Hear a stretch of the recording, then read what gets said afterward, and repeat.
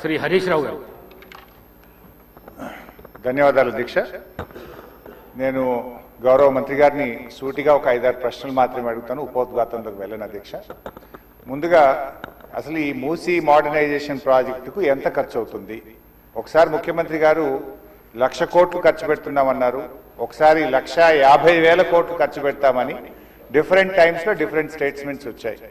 అసలు ఈ మూసీ ప్రాజెక్టు సుందరీకరణ మీద రాష్ట్ర ప్రభుత్వం ఎంత ఖర్చు పెట్టాలనుకుంటుంది?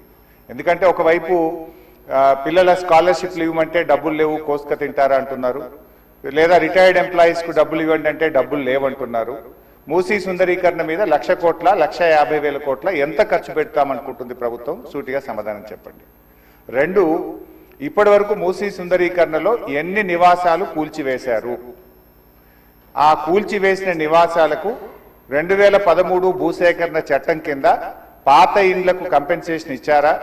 వేజ్ లాస్ ఇచ్చారా? లేదా సింపుల్ గా కేసీఆర్ గారు కట్టిన డబుల్ బెడ్రూమ్ ఇళ్లలో అసైన్మెంట్ చేసి పంపారా?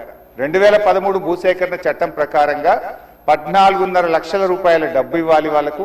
పాత ఇంటికి R&Bతో ఎస్టిమేట్ చేసి డబ్బులు ఇవ్వాలి.